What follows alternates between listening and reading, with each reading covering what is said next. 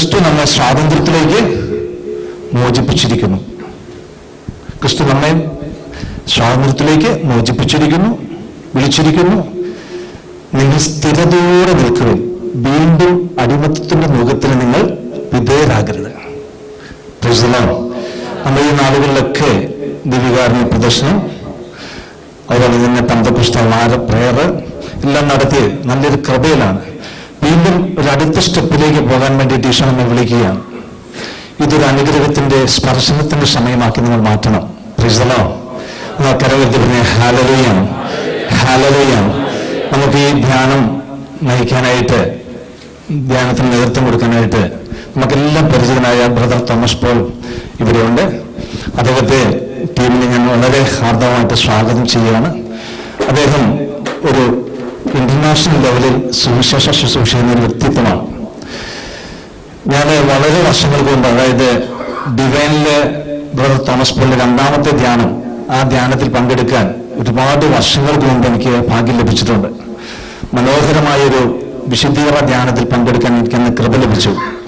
അദ്ദേഹത്തിന്റെ ധ്യാനം തുടങ്ങിയ സമയങ്ങളിൽ ഞങ്ങളുടെ നാട്ടിലൊക്കെ ഭയങ്കര ഒരു പ്രശസ്തമായിട്ടുള്ള ഒരു പ്രചരണം ഉണ്ടായിരുന്നു. ബ്രദർ തോമസ് പോളിന്റെ ധ്യാനം കൂടണം, ഭയങ്കര വിശുദ്ധീകരണ ധ്യാനമാണ്.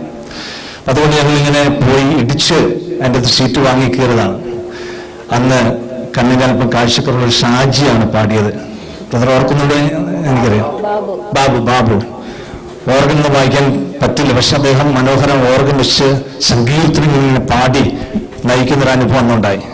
അത് എൻ്റെ ആത്മീയ ജീവിതത്തിലെ അടുത്ത സ്റ്റെപ്പിലേക്കുള്ളൊരു കാലവെപ്പും കൂടിയായിരുന്നു. പ്രിയപ്പെട്ടവരെ, നമുക്ക് വളരെ അനുഗ്രഹദായകമായിട്ടുള്ളൊരു ധ്യാനമാണ് എന്ന് ഉറച്ചു വിശ്വസിച്ചുകൊണ്ട് നിങ്ങളുടെ ആത്മാർത്ഥമായൊരു സഹകരണം ഈ മേഖലയിൽ നിങ്ങൾ ആഗ്രഹിക്കുന്നു, പ്രതീക്ഷിക്കുന്നു. നമുക്കിങ്ങനെ ധ്യാനം ഒരുക്കി തന്നത് ദൈവത്തിന്റെ വലിയൊരു പദ്ധതിയാണ്. നമ്മുടെ നേതൃനിരയിലൂടെ ദൈവം ഇങ്ങനെ ഒരു വാർഷിക ധ്യാനം വീണ്ടും ഒന്ന് ഫലം ചൂടുന്നതിന് വേണ്ടിയിട്ട് ഒരുക്കപ്പെട്ടിരിക്കുകയാണ്. ഇത് ഫലദായകമാകട്ടെ എന്ന് ആശംസിക്കുന്നു. അതോടൊപ്പം തന്നെ ബ്രദർ തോമസ് പോളിനെയും ടീമംഗങ്ങളെയും ഈ ധ്യാനം നയിക്കുന്നതിന് വേണ്ടിയിട്ട് പ്രത്യേകമായിട്ട് ക്ഷണിക്കുകയാണ്, ഹാർദവമായിട്ട് സ്വാഗതം ചെയ്യുന്നു. അദ്ദേഹത്തോടൊപ്പം ബ്രദർ ഷാജി ഒന്ന് ഫ്രണ്ടിലേക്ക് വരാമോ? നമ്മളെ സഹായിക്കുന്ന ബ്രദർ ഷാജി ഉണ്ട്. ബ്രദർ മാത്യൂസ് ഓർഗൻ വായിക്കാൻ പാടാനായിട്ട്. അതോടൊപ്പം തന്നെ ടെറി, അവിടെ അദ്ദേഹം ഇന്റർസെഷൻ ലീച്ചറുടെ മുമ്പിലാണ്, നമുക്ക് വേണ്ടി പ്രാർത്ഥിച്ചുകൊണ്ടിരിക്കുന്നു. ജെസ്സിയും അദ്ദേഹത്തിന്റെ സൺ കൊച്ചുകുട്ടിയുമുണ്ട് ടീമിൽ പാടാനായിട്ട്. ജെസ്സിന്റെ ഫ്രണ്ടിലേക്ക് വരുന്ന എല്ലാവർക്കും കാണാനായിട്ട് നല്ലതാണ്. അതോടൊപ്പം തന്നെ റൂബി, ഇവരെല്ലാവരും എറണാകുളംകാരാണ്.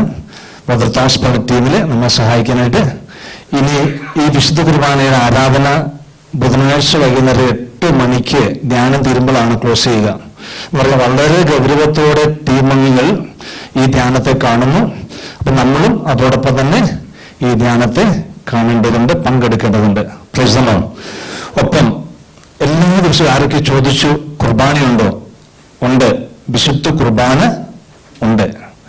എല്ലാ ദിവസവും 11 വിശുദ്ധ കുർബാന, കുമ്പസാരമുണ്ട്, എല്ലാം അറേഞ്ച് ചെയ്യപ്പെട്ടിട്ടുണ്ട്.